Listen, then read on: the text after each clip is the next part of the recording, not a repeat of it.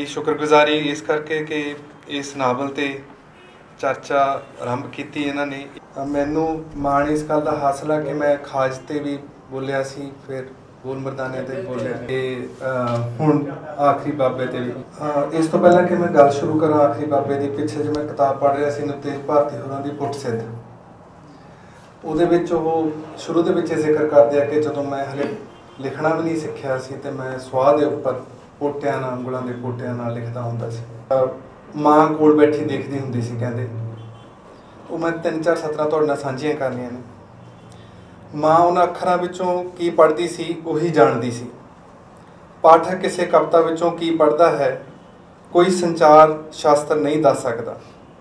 ਅਸੀਂ ਤਾਂ शायद ਇੰਨਾ ਕੁ ਵੇਖ ਸਕਦੇ ਹਾਂ कि कविता पढ़ के कोई चेहरा जगया है ਜਾਂ क्रोध नाल भखिया है, संग नाल सूहा होया है ਜਾਂ उदासी नाल सांवला, ਜਾਂ ਉਹ तवे ते रोटी भुलनी थलनी भुलिया है।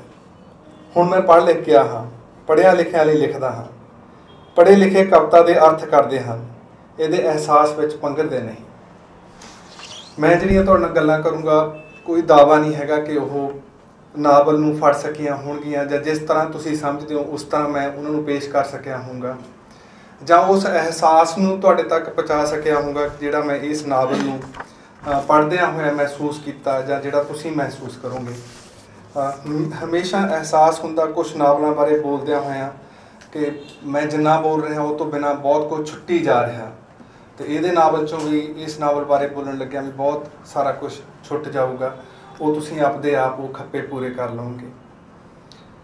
ये गल नूं सारे हुण जाणदे ने, इस गल बारे चर्चा हुंदी रहिंदी है कि समकाली पंजाब संकटां दे विच घिरिया होया।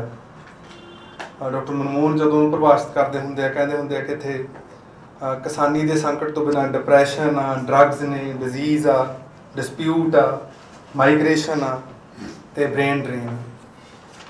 इहो जे मौसमां दे विच जदों लोग गल करदे आ, खास तौर ते जे अर्थशास्त्री गल करन किसानी संकट बारे, उन्हां दी सुर जिहड़ी आ बहुत उदासीनता ते निराशा वाली हुंदी आ। इस तरह महसूस हुंदा कि जिवें पंजाब दे विचों हुण आशा दीआं किरणां लभणीआं मुश्किल हो गईआं।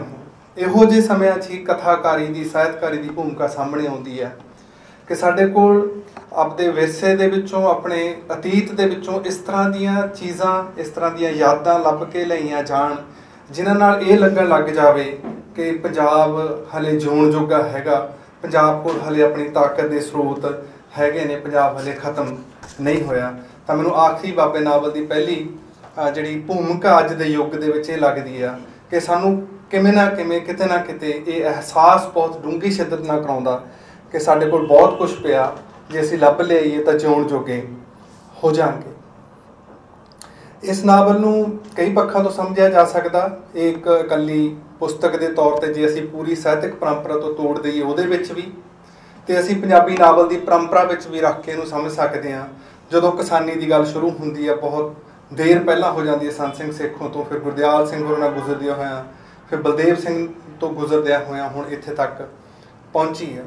पर मैं समझदा कि वो सारी परंपरा दे विच यह नावल एक वक्री तरह नाल खड़ा नज़र आउंदा। मैं गल पहला भी किते कही सी कि बहुत सारे नावल किसानी बारे ने, वो कोई भी नावल खेत दे विच नहीं जाता हैगा, वो खेत तो बाहर किसानी के उपर रिश्ते जिहड़े उसरे होए उन्हां दी गल करदा। एक कल्ला वाहद पंजाबी च ऐसा नावल आ जिहड़ा खेतां दे विच आ, जमीन दे नाल जुड़िया होया, जिथे किसान ते खेत बहुत नेड़ले रिश्ते विच नज़र आउंदे ने। पी लाल होरां ने इहदी भूमिका लिखी आ नावल दी। मैं समझदा उहदे कुछ शब्द तुहाडे नाल जरूर साझे करने आ जिहड़े इस नावल दे क्रक्स नूं, इस नावल दे सार नूं बहुत सौखी भाषा दे विच बयान कर जाते हैं। तो मैं शेयर करदा। पंजाब की किसानी नाल इस तरह का बौद्धिक संवाद नावल विच पहला कदी नहीं होया। ये सिर्फ संवाद ही नहीं सगों पंजाब की किसानी के उस तल बारे गल करता है जिस कारण किसानी हुण तक साबत सबूती रह सकी है। यह है कुदरत ते किसानी का गहरा रिश्ता। आखिरी बाबे इस गहराई नूं चित्रदा, किसानी दीआं सब तो सूखम परतां वाल इशारे करता है। हुण तक असी किसानी के बाहरी रूपां ते उसके विद्रोही सुरां करके ही जाणदे सां, पर जिस तल उत्ते किसानी सब तो मजबूत खड़ी दिसदी है, पंजाबी नावल विच उसका जिक्र ना मात्र होया है। मंड कुदरत के किसानी के रिश्ते नूं जिस गहराई नाल चित्रदा है, उसनूं सिर्फ पढ़ के ही माणिया ते जाणिया जा सकता है। ये नावल असल दे विच 3 पीढ़ियां दा संवाद आ। पहली पीढ़ी तुसीं जिन्हां ने पढ़िया जानदे हो कि बाबे बिरसे दी है।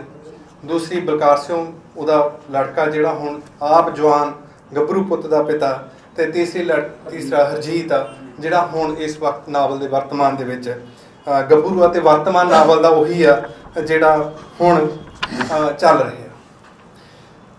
जिहड़ी पीढ़ी बाबे बिरसे दी आ, उस पीढ़ी लई अज दा वर्तमान कोई सौखा नहीं हैगा, वो काफ़ी मुश्किल हो गया। परिवर्तन इन्नी तेज़ी नाल वापर गए कि उन्होंने लगता कि जिस तरह जिंदगी असीं जिउंदे हुंदे सी, वो जिंदगी तो उस तरीके नाल रही नहीं हैगी। इस स्थिति दे विच उन्हां कोल इस गल तो बिना कोई राह नहीं रहिंदा कि अतीत वल जाण। जदों वर्तमान औखा हो जाए तो वर्तमान राह ना देवे, तां हर कौम नूं, हर समूह नूं, हर धिर नूं फिर अपने अतीत वल देखना पैंदा। ते पंजाब अज इस मोड़ ते खड़ा, उहदे कोल अपने अतीत वल झाकण तो बिना होर कोई चंगी चीज़ नहीं। ये नहीं कि अतीत विच सारा कुछ ही चंगा हुंदा, पर अतीत दे विच बहुत कुछ चंगा हुंदा। एक चंगे कथाकार की कोशिश हुंदी है कि अतीत दे विचों चंगियां चीज़ां लभ के लै आवे। बाबा बिरसा एक बार सोचदा ते बिरतांतकार उसनूं जबान दिंदा कि क्यों उन्होंने अतीत वाल बार बार देखना पैंदा। वो इस तरह बयान करदा बिरतांतकार कि ये जीवन सी, ये अतीत नहीं वर्तमान भी सी। इस दुख नूं रोज़ समझना पैंदा सी, पर उन्हें तो कदे सोचा ही नहीं सी कि मैनूं इन्ना सोचना पएगा। पर अजिहा हुण उहदे बस तो बाहर सी। जीवन में जो कुछ उन्हें वेख्या सी, उस जगह हुण कुछ होर ही रख दिता गया सी। जगह उही सी, वो बदल भी नहीं सी सकता। इस करके वो जदों भी खेतों में आउंदा उन्होंने सोचना पैंदा। ये पहली पीढ़ी की होनी आ। पहली पीढ़ी का एक तरह का दुखांत भी आ कि जिस जिंदगी नूं उन्होंने जोया, वो जिंदगी बिल्कुल बदल चुकी है। तो उन्होंने इस तरह भी नज़र नहीं आता हैगा कि जिहड़ी जिंदगी बदली आ वो बहुत चंगी बदली आ। तो फिर वो बार बार अपने विरसे नूं याद करदा। बाबा बिरसा अपने विरसे नूं याद करदा। बाबा बिरसा आप भी विरसा, तो उस राही विरसा वर्तमान दे विच भी आके खड़ा हुंदा। तो बहुत सारे सवालों के उन्होंने उत्तर भी नहीं मिलते। जिवें एक थां ते वो सोचदा कि अपने बापू बारे सोचदा कि ये बड़े वडेरे कुछ गल्लां उत्थे छड्ड गए सी जिथों असली मुश्किल नाल बाह हाले पैना सी। बापू की रिश्तियां वाली गल तां समझ आ गई सी। ये गल के देख विरसिया, जहर जहूर कुछ नहीं हुंदा, वरत लैण विच दवाई बन जाती है। ये रिश्ते नाते भी जहर वांग ही है, वरत लै तां दवाई है, नातिਆਂ ਨੂੰ दवाई वांग ही वरती। बिरसा सोचदा पर हुण इकल्ला संबंधां तो ही भरोसा थोड़ी उठिया सी, पूरे जीवन विच ही भुचाल आ गया सी। कोई जहर नूं दवाई चुनण दे मौके ही नहीं सी खोज रहा, सगों उपरों दबाव ही पा रहा सी कि सारी जहर ही दवाई है। इस तरह दियां सोचां चों बाबा बिरसा गुजर रहा। तो एक बार होर भी कि ये गल मैं बाद जाके विस्तार दे विच करनी आ कि जदों संकट नूं इस नावल दे विच देखिया गया तो केवल उन्होंने प्रेजेंट तक नहीं देखा कि नावलकार देखदा कि दूर भी भूत विच जां नेड़ले भूत विच वो किहड़ियां चीज़ां पईयां ने जिन्हां ने अज दे बंदे नूं घड़िया, जिस तरह दा अज बंदा हो गया। जिवें वो कहंदा कि हरजीत बारे सोचदा कि बाबा बिरसा जदों हरजीत बारे सोचदा तो लगदा कि इस चेहरे ते कोई अतीत ही नहीं हैगा, इस चेहरे का कोई अतीत ही नहीं हैगा। तो वह 47 ते 84 तक फिर जांदा पिछे नूं जिक्र करदा होया।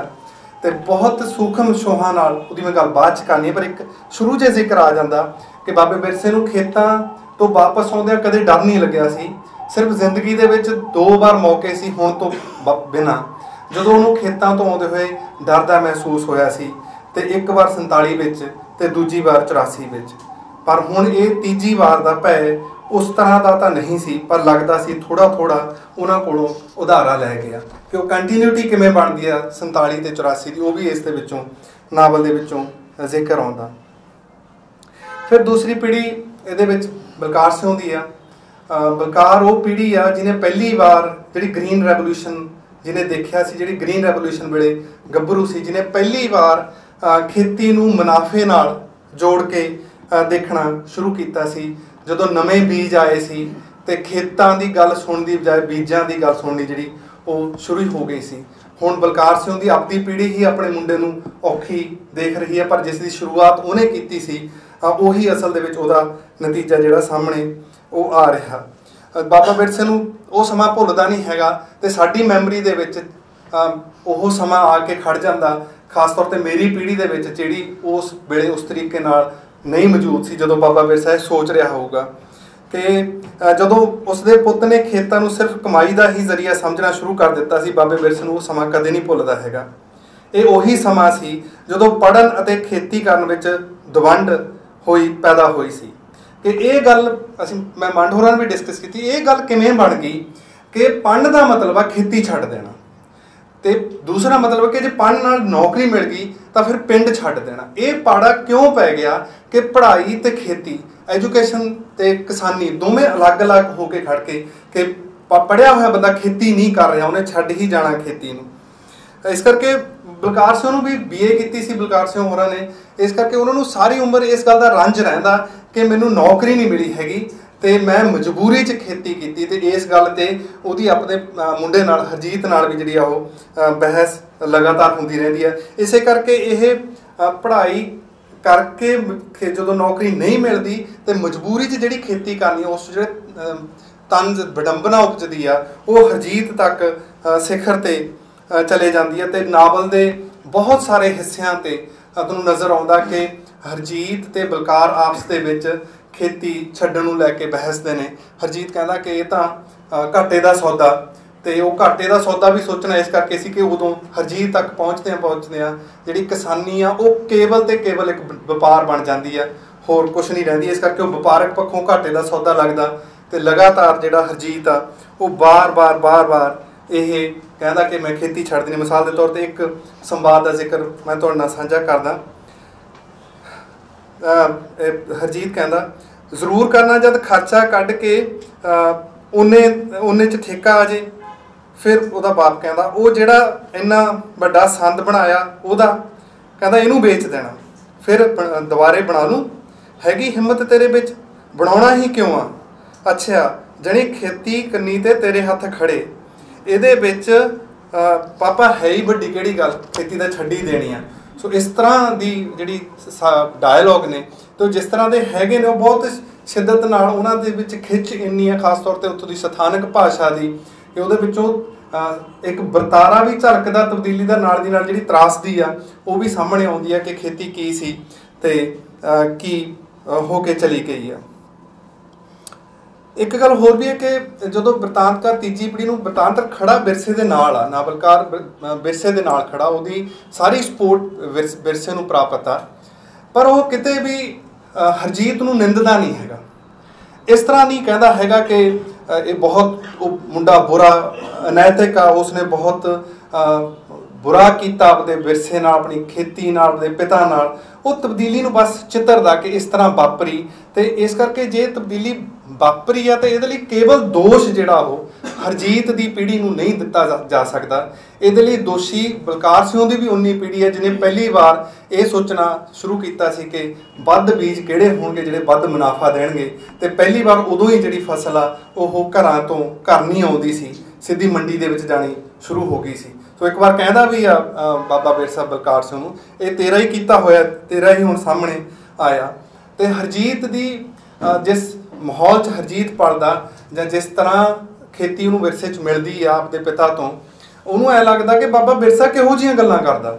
ਉਹਨੂੰ ਬਾਬੇ ਦੀ ਗੱਲ ਕਈ ਵਾਰ ਤਾਂ ਮੂਲੋਂ ਹੀ ਮਤਲਬ ਅਕਲਕਾਂਤ ਕਰਨ ਵਰਗੀ ਹੋ ਜਾਂਦੀ, ਔਖੀ ਲੱਗਣ ਲੱਗ ਜਾਂਦੀ। ਇੱਕ ਜਗ੍ਹਾ 'ਤੇ ਬਹੁਤ ਇੰਟਰਸਟਿੰਗ ਹੁੰਗਾਰਾ ਹਰਜੀਤ ਦਾ ਚਿੱਤਰ ਦਾ ਨਾਵਲਕਾਰ ਕਿ ਦੋ ਮੁੱਖ ਕਾਰਨਾਂ ਕਰਕੇ ਬਾਬੇ ਦੀਆਂ ਗੱਲਾਂ ਸਮਝਣ ਵਿੱਚ ਉਹਨੂੰ ਦਿੱਕਤ ਆਉਂਦੀ ਸੀ। ਇੱਕ ਤਾਂ ਉਹ ਮਿੱਟੀ ਨੂੰ ਜੀਵਤ ਅਹਿਸਾਸ ਵਾਂਗ ਦੇਖਦਾ ਸੀ, ਦੂਜਾ ਉਹ ਵੱਢੀ ਹੋਈ ਫਸਲ ਨੂੰ ਕੀਮਤ ਤੋਂ ਦੂਰ ਰੱਖਦਾ ਸੀ। ਇਹ ਦੋਵੇਂ ਗੱਲਾਂ ਜਦੋਂ ਬਾਬਾ ਰਲਾ ਕੇ ਬੋਲਦਾ ਤਾਂ ਉਹਨੂੰ ਸੁਣਨਾ ਹੀ ਅਸਹਿ ਹੋ ਜਾਂਦਾ ਹਰਜੀਤ ਲਈ। ਉਹਦੇ ਗੇੜ 'ਚ ਨਹੀਂ ਆਉਂਦੀ ਸੀ ਗੱਲ ਵੀ ਇਹ ਕਰੀ ਕੀ ਜਾ ਰਿਹਾ।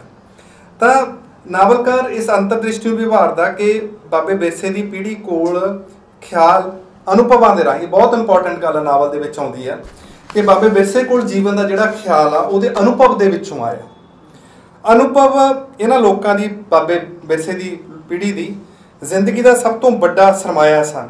मुनाफे वाली नवी खेती ने काम नूं अनुभव नहीं रहन दिता सी। नवी पीढ़ी काम तां करदी पर काम नूं अनुभव नहीं करदी, अपने अंदरले नाल महसूस नहीं करदी।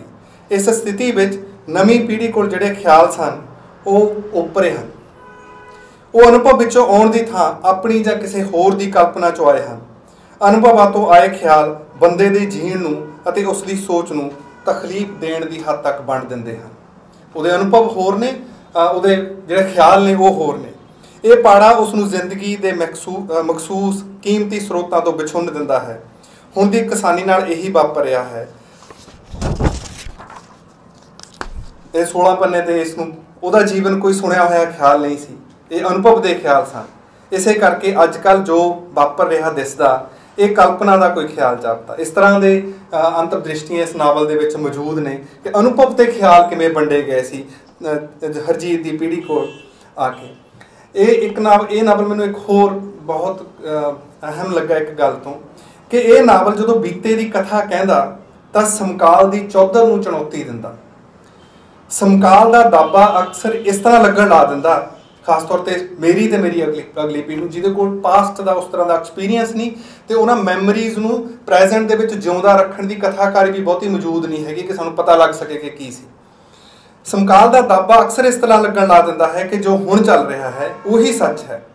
ਜ਼ਿੰਦਗੀ ਹੁਣ ਅਨੁਸਾਰੀ ਹੋਣੀ ਚਾਹੀਦੀ ਹੈ, ਬੀਤ ਗਿਆ ਹੁਣ ਬੀਤ ਗਿਆ ਹੈ, ਉਸ ਨੂੰ ਯਾਦ ਕਰਨ ਜਾਂ ਜਿਉਣ ਜੋਗਾ ਬਣਾਉਣ ਦੀ ਕੋਈ ਜ਼ਰੂਰਤ ਨਹੀਂ। ਸਮਕਾਲ ਦੀਆਂ ਤਾਕਤਾਂ ਬੰਦੇ ਅੰਦਰੋਂ ਬੀਤੇ ਦੀਆਂ ਯਾਦਾਂ ਨੂੰ ਖਤਮ ਕਰਨ ਲਈ ਤਤਪਰ ਰਹਿੰਦੀਆਂ ਹਨ।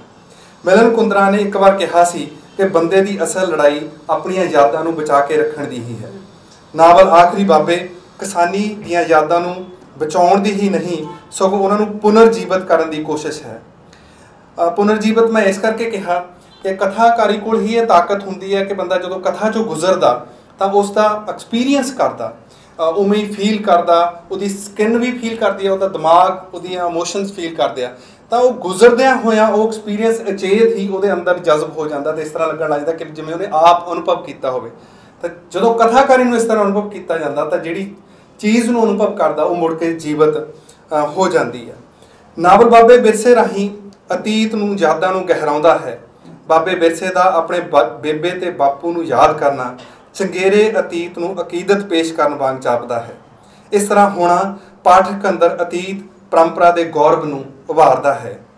ਨਾਵਲ ਤੇ ਪੰਨਾ 31 ਦੇ ਬਾਬਾ ਵਿਰਸਾ ਇਉਂ ਸੋਚਦਾ ਬਾਪੂ ਬਾਰੇ ਕਿ ਸਾਨੂੰ ਨਾਵਲ ਨੂੰ ਗੁਜ਼ਰਦਿਆਂ ਹੋਇਆਂ ਨਾ ਆਪਦੇ ਬਜ਼ੁਰਗਾਂ ਤੇ ਮਾਣ ਹੋਣਾ ਸ਼ੁਰੂ ਹੋ ਜਾਂਦਾ ਕਿ ਤੁਸੀਂ ਇਸ ਨਾਵਲ ਨੂੰ ਪੜ੍ਹਨ ਤੋਂ ਬਾਅਦ ਖੇਤ ਵਿੱਚ ਕਦੇ ਵੀ ਉਸ ਤਰ੍ਹਾਂ ਨਹੀਂ ਜਾਂਦੇ ਜਿਵੇਂ ਪਹਿਲਾਂ ਜਾਂਦੇ ਹੁੰਦੇ ਸੀ ਤੇ ਆਪਦੇ ਬਜ਼ੁਰਗਾਂ ਨੂੰ ਕਦੇ ਵੀ ਉਸ ਤਰ੍ਹਾਂ ਨਹੀਂ ਮਿਲ ਸਕੋਗੇ ਜਿਵੇਂ ਪਹਿਲਾਂ ਮਿਲਦੇ ਹੁੰਦੇ ਸੀ। ਇਹ ਮੈਨੂੰ ਮਹਿਸੂਸ ਹੁੰਦਾ।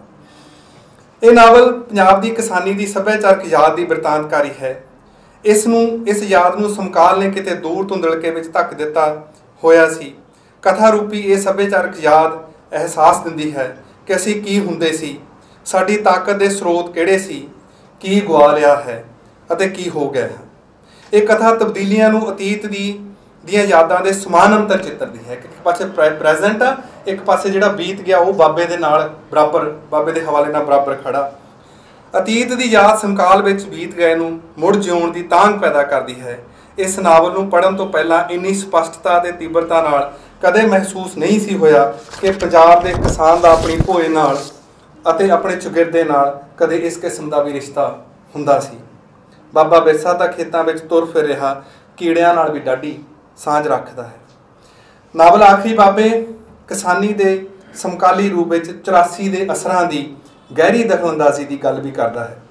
ਪੰਜਾਬੀ ਬੰਦੇ ਨੂੰ 84 ਅਤੇ ਇਸ ਦੇ ਆਰ ਪਾਰ ਵਾਪਰੀਆਂ ਘਟਨਾਵਾਂ ਨੇ ਧੁਰ ਅੰਦਰੋਂ ਹਮੇਸ਼ਾ ਲਈ ਬਦਲ ਦਿੱਤਾ ਹੈ। ਪੰਜਾਬੀ ਚਿੰਤਨ ਵਿੱਚ 84 ਦੇ ਅਸਰਾਂ ਨੂੰ ਸਮਝਣ ਦੀ ਕੋਸ਼ਿਸ਼ ਨਾ ਮਾਤਰ ਹੀ ਹੋਈ ਹੈ। ਪੰਜਾਬੀ ਨਾਵਲਕਾਰੀ ਵਿੱਚ ਤਾਂ ਇਹ ਹੋਰ ਵੀ ਘੱਟ ਹੈ। ਇਹ ਬੜੀ ਅਣਹੋਣੀ ਨਾ ਸਮਝ ਆਉਣ ਵਾਲੀ ਗੱਲ ਆ ਕਿ ਪੰਜਾਬ ਦੇ ਨਾਲ ਇੰਨਾ ਵੱਡਾ ਕੁਝ ਵਾਪਰਦਾ ਪਰ ਬਹੁਤ ਹੀ ਘੱਟ ਲਿਖਿਆ ਜਾਂਦਾ, ਖਾਸ ਤੌਰ 'ਤੇ ਨਾਵਲ ਵਿੱਚ। ਅਤੇ ਜਿਹੜਾ ਲਿਖਿਆ ਜਾਂਦਾ ਉਹ ਬਹੁਤ ਹੀ ਉਲਾਰ ਆ, ਚਾਹੇ ਉਹ ਕਿਸੇ ਪਾਸੇ ਹੋਵੇ, ਬਹੁਤ ਹੀ ਉਲਾਰ ਕਿਸਮ ਦਾ। ਅਤੇ ਇਸ ਕਰਕੇ ਉਹ ਗੱਲ ਸਮਝ ਵੀ ਨਹੀਂ ਆਈ ਸੀ ਕਿਉਂਕਿ ਉਸ 'ਤੇ ਚਿੰਤਨ ਜਾਂ ਗੱਲ ਹੀ ਨਹੀਂ ਹੋਈ। ਪੰਜਾਬੀ ਬੰਦਾ ਜੇ ਅੱਜ ਨਸ਼ੇ ਕਰ ਰਿਹਾ ਹੈ, ਆਤਮ ਹੱਤਿਆ ਕਰ ਰਿਹਾ, ਪੰਜਾਬ ਛੱਡ ਵਿਦੇਸ਼ ਭੱਜ ਰਿਹਾ, ਖੇਤੀ ਤੋਂ ਮੂੰਹ ਮੋੜ ਰਿਹਾ ਹੈ ਤਾਂ ਇਸ ਦੇ ਕਾਰਨ 84 ਵਿੱਚ ਵੀ ਪਏ ਹਨ। 84 ਦੌਰਾਨ ਪੰਜਾਬੀ ਬੰਦਾ ਜਿਸ ਤਰ੍ਹਾਂ ਹਾਰਦਾ ਹੈ जिस तरह मधोलिया जाता है उसका अपने होने नाल अपनी धरती नाल रिश्ता कुमला जाता है। नावल इशारियां नाल ये गल बार बार कहता है कि अज दे पंजाब नूं 84 तो बिना नहीं समझा जा सकता। नावल की यह भी खूबी है कि किते भी उच्ची आवाज़ नहीं हैगी, बहुत मध्यम ते आवाज़ां ने ते जान बुझ के उन्होंने धुंधले भी किया गया, क्योंकि जो गल धुंधली होंदी आ उदों ही उहदे अर्थ जिहड़े ने वो विशाल होंदे आ, उदों ही संबोलिक बनती है।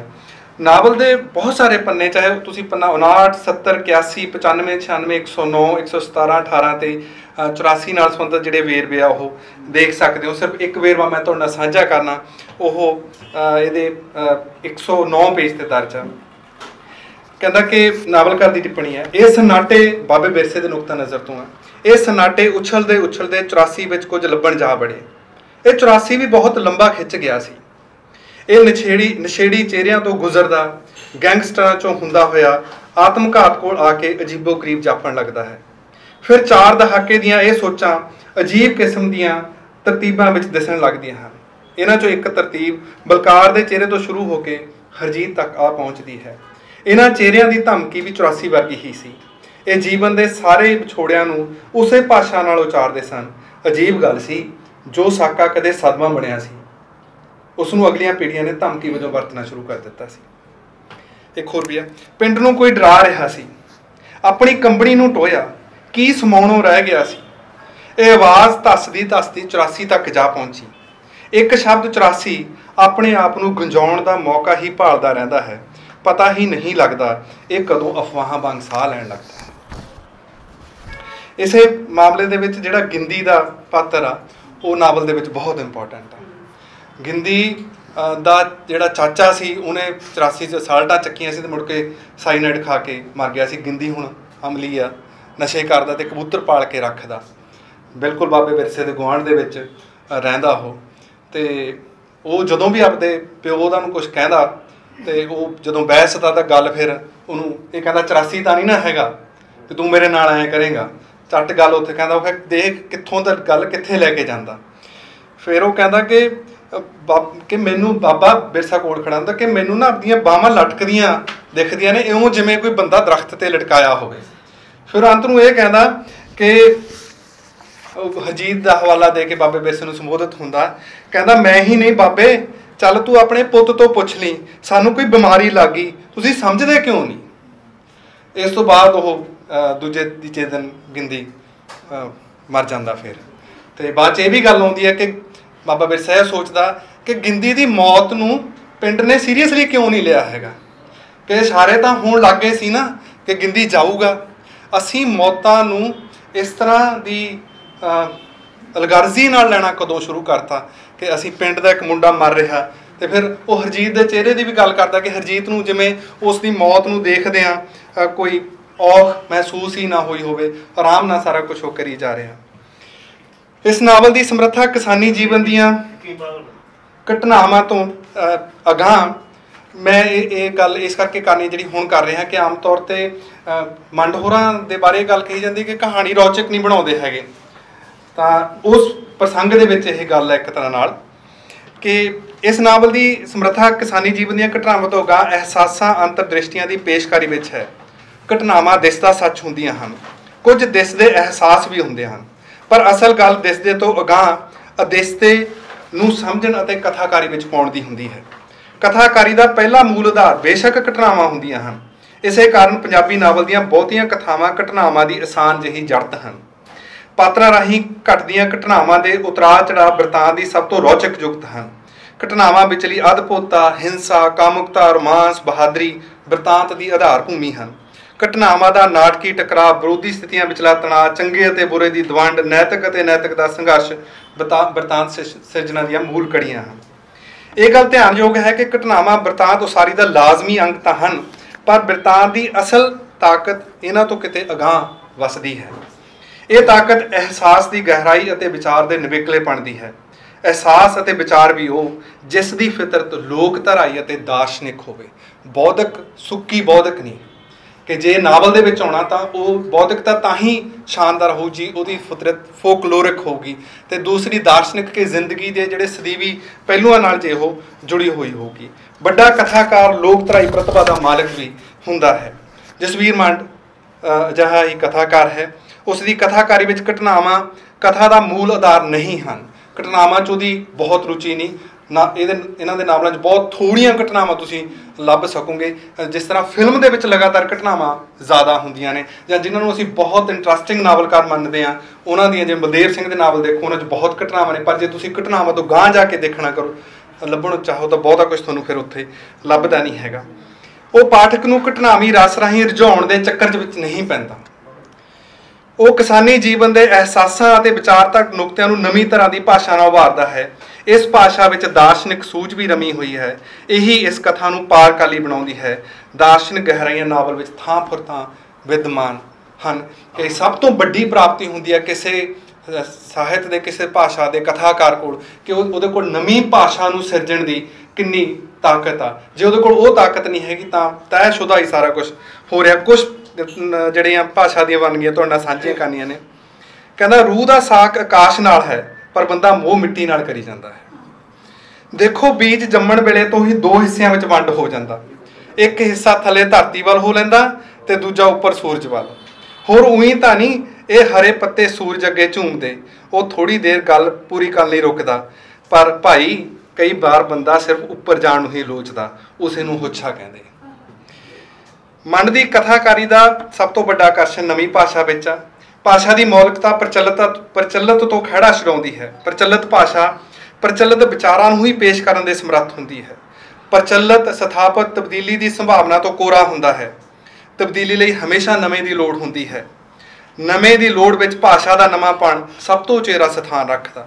ਆਖਰੀ ਬਾਬੇ ਵਿੱਚ ਥਾਂ ਪੁਰ ਥਾਂ ਨਵੀਂ ਭਾਸ਼ਾ ਦਾ ਜਲੌ ਦੇਖਿਆ ਜਾ ਸਕਦਾ ਹੈ। ਮੰਡ ਬਹੁਤ ਸਾਰੀਆਂ ਘਟਨਾਵਾਂ ਨੂੰ ਤੇਜ਼ ਗਤੀ ਵਿੱਚ ਕਹਿਣ ਦੀ ਬਜਾਏ ਕਥਾ ਨੂੰ ਮਿਠਾਰ ਦਿੰਦਾ, ਬਹੁਤ ਸਲੋ ਕਰ ਦਿੰਦਾ। ਤੁਹਾਨੂੰ ਲੱਗਦਾ ਕਿ ਕਥਾ ਦਾ ਅੱਗੇ ਤੁਰ ਨਹੀਂ ਰਹੀ ਹੈਗੀ। ਜਦੋਂ ਉੱਥੇ ਰੋਕ ਕੇ ਹੀ ਉਹ ਇਸ ਤਰ੍ਹਾਂ ਫੈਲਦਾ ਜ਼ਿਆਦਾ ਆਲੇ ਦੁਆਲੇ ਵੇਰਵਿਆਂ ਦੇ ਵਿੱਚ। ਇਸ ਨਾਵਲ ਵਿੱਚ ਗਲਪੀ ਭਾਸ਼ਾ ਦਾ ਜਲੌ ਘਾੜ ਦੇ ਇਲਾਕੇ ਦੀ ਸਥਾਨਕਤਾ ਰਾਹੀਂ ਵੀ ਸਾਕਾਰ ਹੁੰਦਾ। ਮੁਹੱਬਤ ਹੋਣੀ ਸ਼ੁਰੂ ਹੋ ਜਾਂਦੀ ਹੈ ਤੁਹਾਨੂੰ ਉਹਨਾਂ ਦੀ ਭਾਸ਼ਾ ਨਾਲ, ਉਹਨਾਂ ਦੇ ਇਨਵਾਇਰਮੈਂਟ ਨਾਲ, ਉਹਨਾਂ ਦੇ ਆਲੇ ਦੁਆਲੇ ਨਾਲ, ਘਾੜ ਦੇ ਇਲਾਕੇ ਨਾਲ ਜਦੋਂ ਤੁਸੀਂ ਇਸ ਨਾਵਲ ਦੇ ਵਿੱਚੋਂ ਗੁਜ਼ਰਦੇ ਹੋ। ਨਾਵਲ ਦੇ ਪਾਤਰਾਂ ਦੀ ਭਾਸ਼ਾ ਧਰਤੀ ਨਾਲ ਜੁੜੇ ਬੰਦੇ ਦੀ ਭਾਸ਼ਾ ਹੈ, ਖਾਸ ਕਰ ਬਾਬੇ ਬਿਰਸੇ ਅਤੇ ਬੇਬੇ ਪਰਸੀਨੀ ਦੀ ਭਾਸ਼ਾ। ਪਾਤਰ ਜਦੋਂ ਆਪਣੀ ਸਥਾਨਕ ਭਾਸ਼ਾ ਵਿੱਚ ਬੋਲਦੇ ਨੇ ਤਾਂ ਉਸ ਵਿਚਲਾ ਰਸ, ਉਸ ਵਿਚਲੀਆਂ ਗਹਿਰਾਈਆਂ, ਸਹਿਜ ਸਮਾਏ ਜ਼ਿੰਦਗੀ ਦੇ ਤੱਤ ਸਾਰ ਦਿਲ ਨੂੰ ਧੂ ਪਾਉਂਦੇ ਹਨ। ਜਦੋਂ ਮੈਂ ਕਿਆ ਸ਼ਬਦ ਪੜ੍ਹਦਾ ਨਾ ਤਾਂ ਪਾਤਰਾਂ ਦੀ ਬੋਲੀ ਦੱਸਦੀ ਹੈ ਕਿ ਬੜੇ ਭਰੇ ਪੂਰੇ ਲੋਕ ਸਨ। ਇਹਨਾਂ ਨੇ ਆਪਣੀ ਭਾਸ਼ਾ ਵਿੱਚ ਸਭ ਸਿਰਜਿਆ ਹੋਇਆ ਸੀ। ਜ਼ਿੰਦਗੀ ਦੀ ਸੂਖਮ ਤੋਂ ਸੂਖਮ ਗੱਲ ਨੂੰ ਇਹਨਾਂ ਦੀ ਭਾਸ਼ਾ ਨੇ ਬੇਹੱਦ ਸਰਲਤਾ ਨਾਲ ਬਿਆਨ ਕਰਨ ਦਾ ਬਲ ਸਿੱਖ ਲਿਆ ਹੋਇਆ ਸੀ। ਮਿਸਾਲ ਵਜੋਂ ਬੇਬੇ ਪਰਸੀਨੀ ਇੱਕ ਵਾਰ ਆਪਦੀ ਪੋਤੀ ਨੂੰ ਕਹਿੰਦੀ ਹੈ, ਪ੍ਰਭ ਨੂੰ, ਹਨਾ, ਧੀਏ ਹੁਣ ਤੇਰਾ ਠਰ ਫੁੱਟਿਆ ਜੇ ਪਹਿਲਾਂ ਹੀ ਕੋਸੀ ਹੋ ਕੇ ਰਹਿੰਦੀ। ਕਿੰਨੀ ਵੱਡੀ ਗੱਲ ਉਹਨਾਂ ਨੇ ਆਪਣੀ ਭਾਸ਼ਾ ਦੇ ਵਿੱਚ ਕਹਿ ਦਿੱਤੀ ਹੈ। ਨਾਵਲ ਇੱਕ ਕਿ ਪਹਿਲਾ ਲੈਵਲ ਭਾਸ਼ਾ ਦਾ ਕੋਈ ਦਿਸਦਾ ਉਹੀ ਕਹਿਣਾ, ਦੂਸਰਾ ਕਿ ਸਿੰਬੋਲਿਕ ਹੋਣਾ। ਤੇ ਸਿੰਬੋਲਿਕ ਕਈ ਲੈਵਲਸ ਤੇ ਵਾਪਰਦਾ। ਇੱਕ ਤਾਂ ਭਾਸ਼ਾ ਦਾ ਹੋ ਗਿਆ, ਦੂਸਰਾ ਜਿਵੇਂ ਕਿ ਬਲ ਦੇ ਸਿੰਬਲ ਨੇ ਕਿ ਉਹਨਾਂ ਦੇ ਟੈਂਕੀ ਬਣ ਜਾਣ ਦੇ ਹਵਾਲੇ ਨਾਲ ਕਿਸਾਨੀ ਦੇ ਕਿੱਡੇ ਵੱਡੇ ਰੂਪ ਦੀ ਗੱਲ ਆਰਾਮ ਨਾਲ ਜਿਹੜੀ ਆ ਉਹ ਕਹੀ ਜਾ ਸਕਦੀ ਹੈ। ਇਸ ਨਾਵਲ ਦਾ ਪਾਠਕ ਨਾਲ ਸੰਵਾਦ ਬੇਹੱਦ ਸੰਵੇਦਨਸ਼ੀਲ ਅਤੇ ਦਾਰਸ਼ਨਿਕ ਹੈ। ਇਸ ਸੰਵਾਦ ਵਿੱਚ ਤੀਬਰ ਅਹਿਸਾਸੀਅਤ ਅਤੇ ਗਹਿਰੀ ਬੌਧਿਕਤਾ ਸ਼ਾਮਲ ਹੈ। ਨਾਵਲ ਵਿੱਚ ਇੱਕ ਵੀ ਜਗ੍ਹਾ ਅਜਿਹੀ ਨਹੀਂ ਜਿੱਥੇ ਪਾਠਕ ਨੂੰ ਰਝਾਉਣ ਦੇ ਮਨਸ਼ੇ ਨਾਲ ਕੋਈ ਹਲਕੀ ਗੱਲ ਕੀਤੀ ਹੋਵੇ। ਇਸ ਤਰ੍ਹਾਂ ਦੀ ਕਥਾਕਾਰੀ ਪਾਠਕ ਨੂੰ ਵੀ ਸਤਿਕਾਰ ਦਿੰਦੀ ਹੈ ਕਿ ਉਹ ਇਹ ਨਹੀਂ ਸਮਝਦਾ ਹੈਗਾ ਕਿ ਮੈਂ ਲੋਕਾਂ ਨੂੰ ਰਝਾਉਣਾ ਤੇ ਉਹਨਾਂ ਦੀ ਰੌਚਕਤਾ ਵਾਲੀਆਂ ਦੋ ਚਾਰ ਚੀਜ਼ਾਂ ਪਾ ਦੇਵਾਂ। ਜਦੋਂ ਉਹ ਔਖੀ ਗੱਲ ਕਰ ਰਿਹਾ ਤਾਂ ਇਹ ਵੀ ਸਮਝਦਾ ਕਿ ਮੇਰਾ ਪਾਠਕ ਇਹਨੂੰ ਸਮਝ ਲੂਗਾ ਤੇ ਅਲਟੀਮੇਟਲੀ ਪਾਠਕ ਨੂੰ ਸਤਿਕਾਰ ਦੇਣ ਵਾਲੀ ਗੱਲ ਆ। ਪਾਠਕ ਗਹਿਰੀ ਸੰਵੇਦਨਾ ਅਤੇ ਉਚੇਰੀ ਬੌਧਿਕਤਾ ਵਾਲੀ ਧਿਰ ਦੇ ਰੂਪ ਵਿੱਚ ਸਥਾਪਿਤ ਹੁੰਦਾ ਹੈ। ਜਸਵੀਰ ਮੰਡ ਆਖਰੀ ਬਾਬੇ ਪੰਜਾਬੀ ਨਾਵਲਕਾਰੀ ਵਿੱਚ ਵਾਹਦ ਅਜਿਹਾ ਨਾਵਲ ਹੈ ਜਿਹੜਾ ਖੇਤਾਂ ਵਿੱਚ ਘਟਦਾ ਹੈ। ਇਹ ਆਪਾਂ ਗੱਲ ਕਰ ਚੁੱਕੇ ਹਾਂ। ਤੇ ਤੁਸੀਂ ਕਿੰਨੇ ਸਾਰੇ ਵੇਰਵੇ ਕਿ ਜਦੋਂ ਟਰੈਕਟਰ ਚੱਲਦਾ ਤਾਂ ਉਹ ਰੇਸ ਦਿੰਦਾ ਤੇ ਕੰਬਣੀ ਨਾਲ ਇੱਕ ਕੰਬਣੀ ਛਿੜਦੀ ਆ, ਜਾਂ ਕਿਵੇਂ ਜਿਹੜੀ ਪੌਦ ਆ ਉਹ ਜਦੋਂ ਲਾਈ ਜਾਂਦੀ ਹੈ ਖੇਤਾਂ 'ਚ ਪਹਿਲਾਂ ਪੀਲਾਪਣ ਆਉਂਦਾ ਤੇ ਫਿਰ ਹੌਲੀ ਹੌਲੀ ਉਹ ਹਰੇ ਰੰਗ ਦੇ ਵਿੱਚ ਜਾਂਦੀ ਆ। ਬਸ ਮੈਂ ਖਤਮ ਕਰਨ ਲੱਗਿਆ ਜੀ। ਇਸ ਨਾਵਲ ਨੂੰ ਪੜ੍ਹਨ ਤੋਂ ਬਾਅਦ ਆਪਣੇ ਬਜ਼ੁਰਗ, ਆਪਣੀ ਭੋਏ, ਆਪਣਾ ਸਮੁੱਚਾ ਆਲਾ ਦੁਆਲਾ ਵੱਖਰੀ ਤਰ੍ਹਾਂ ਨਜ਼ਰ ਆਉਣ ਲੱਗਦਾ ਹੈ। ਇਸ ਕਥਾਕਾਰੀ ਵਿੱਚੋਂ ਗੁਜ਼ਰ ਕੇ ਇਹਨਾਂ ਨਾਲ ਮੁਹੱਬਤ ਹੋ ਜਾਂਦੀ ਹੈ। ਇਹ ਨਾਵਲ ਆਪਣੀ ਭੋਏ ਨੂੰ, ਖੇਤੀ ਨੂੰ ਅਤੇ ਸਮੁੱਚੇ ਚੌਗਿਰਦੇ ਨੂੰ ਦੇਖਣ ਦੀ ਇੱਕ ਵਿਲੱਖਣ ਨਜ਼ਰ ਦਿੰਦਾ ਹੈ। ਇਹ ਖਿਆਲ ਬਾਰ-ਬਾਰ ਮਨ ਵਿੱਚ ਅੰਗੜਾਈਆਂ ਲੈਂਦਾ ਹੈ ਕਿ ਖੇਤੀ ਨੂੰ, ਜ਼ਮੀਨ ਨੂੰ ਅਤੇ ਪ੍ਰਕਿਰਤਕ ਆਲੇ ਦੁਆਲੇ ਨੂੰ ਇਸ ਤਰ੍ਹਾਂ ਵੀ ਜਿਉਿਆਂ ਹੰਢਾਇਆ ਜਾ ਸਕਦਾ ਹੈ। ਬਾਬਾ ਬਿਰਸਾ ਖੇਤਾਂ ਨੂੰ, ਖੇਤੀ ਦੇ ਸੰਦਾਂ ਨੂੰ, ਮੌਤ ਨੂੰ, ਆਪਣੇ ਸੰਗੀ ਸਾਥੀਆਂ ਨੂੰ, ਕੀੜਿਆਂ ਮਕੌੜਿਆਂ, ਪਸ਼ੂਆਂ ਪੰਛੀਆਂ ਨੂੰ ਜਿਸ ਤਰ੍ਹਾਂ ਨਿਹਾਰਦਾ ਅਤੇ ਸੋਚਦਾ ਹੈ, ਉਹ ਬਹੁਤ ਗਹਿਰਾ, ਅਨੋਖਾ ਅਤੇ ਖਿੱਚ ਪਾਊ ਹੈ। ਕਥਾ ਦਾ ਅਨੁਭਵ ਪਾਠਕ ਦੀ ਯਾਦ ਵਿੱਚ ਬਾਬੇ ਬਿਰਸੇ ਦੇ ਜਿਉਣ ਨੂੰ ਵਸਾ ਦਿੰਦਾ ਹੈ। ਇਹ ਨਾਵਲ ਪੰਜਾਬ ਦੀ ਸੱਭਿਆਚਾਰਕ ਯਾਦ ਹੈ। ਇਹ ਉਸ ਦਾ ਸੱਭਿਆਚਾਰਕ ਸਰਮਾਇਆ ਹੈ। ਪੰਜਾਬ ਦੀ ਕਿਸਾਨੀ ਦੇ ਕਦੀਮੀ ਸੁਭਾਅ ਨੂੰ ਯਾਦ ਕਰਾਉਣਾ ਇਸ ਦਾ ਸਭ ਤੋਂ ਵੱਡਾ ਹਾਸਲ ਹੈ। ਨਾਵਲ ਵਿੱਚ ਪੰਜਾਬੀ ਦੀ ਕਿਸਾਨੀ ਦੀ ਪਰੰਪਰਾ ਦਾ ਬਹੁਤ ਕੁਝ ਸਾਂਭਿਆ ਗਿਆ ਹੈ। ਸੰਕਲਪ ਅਤੇ ਅਰਥ ਹੀ ਨਹੀਂ ਸਾਂਭੇ ਗਏ, ਕਿਸਾਨੀ ਦੇ ਸੰਦ, ਗੁਜ਼ਰ ਗਈਆਂ ਫਸਲਾਂ, ਬੀਤ ਗਏ ਦਰਖਤ ਵੀ ਸਾਂਭ ਲਏ ਗਏ ਹਨ। ਪੰਜਾਬ ਵਿੱਚ ਰੁਚੀ ਰੱਖਣ ਵਾਲੇ ਅੱਜ ਦੇ ਅਤੇ ਆਉਣ ਵਾਲੇ ਕੱਲ੍ਹ ਦੇ ਹਰ ਬਸ਼ਿੰਦੇ ਲਈ ਇਹ ਨਾਵਲ ਕੀਮਤੀ ਸਰਮਾਇਆ ਬਣਿਆ ਰਹੇਗਾ। ਸਿਰਫ ਇੱਕ ਗੱਲ ਸੰਖੇਪ, ਉਹ ਵੀ ਨਵਤੇਜ ਭਾਰਤੀ ਹੋਰਾਂ ਦੇ ਹਵਾਲੇ ਨਾਲ ਆ। ਉਹ ਲਿਖਦੇ ਆ ਕਿ ਕਵਿਤਾ ਕਵੀਸ਼ਰੀ ਮਨੁੱਖ ਦੀ ਸੰਵੇਦਨਾ ਸੂਖਮ ਕਰਦੀ ਹੈ, ਉਹਦੀ ਹਮਦਰਦੀ ਦਾ ਘੇਰਾ ਵੱਡਾ ਕਰਦੀ ਹੈ। ਮੈਂ ਪਹਿਲਾਂ ਵੀ ਕਿਤੇ ਉਸ ਡਾਕੂ ਬਾਰੇ ਲਿਖਿਆ ਸੀ ਜਿਹਨੇ ਹੀਰ ਦਾ ਕਿੱਸਾ ਸੁਣਨ ਮਗਰੋਂ ਮਹੀਨਾ ਭਰ ਡਾਕਾ ਨਹੀਂ ਸੀ ਮਾਰਿਆ। ਬਾਬਾ ਨਾਨਕ ਜੀ ਕਹਿੰਦੇ ਹਨ ਕਿ ਸ਼ਬਦ ਬਿਨਾਂ ਜੱਗ ਕਮਲਾ ਫਿਰੇ। ਇਹ ਗੱਲ ਕਵੀਸ਼ਰੀ ਤੇ ਵੀ ਢੁੱਕਦੀ ਹੈ। ਇਹਨੇ ਮਾਲਵੇ ਦੇ ਲੋਕਾਂ ਨੂੰ ਕਮਲੇ ਨਹੀਂ ਹੋਣ ਦਿੱਤਾ, ਉਹਨਾਂ ਦੇ ਅੰਦਰ ਦੀਆਂ ਰੋਹੀਆਂ ਵਿੱਚ ਛੰਦਾਂ ਦੀ ਝੜੀ ਲਾ ਰੱਖੀ ਹੈ। ਇਹ ਸਤਰਾਂ ਪੜ੍ਹਦੇ ਹੋਏ ਮੇਰੇ ਨਾਲ ਆਖਰੀ ਬਾਬੇ ਨਾਵਲ ਯਾਦ ਆਈ ਜਾਂਦਾ ਹੈ। ਤੁਸੀਂ ਮੈਨੂੰ ਬਹੁਤ ਸਤਿਕਾਰ ਨਾਲ ਸੁਣਿਆ। ਬਹੁਤ ਬਹੁਤ ਸ਼ੁਕਰੀਆ।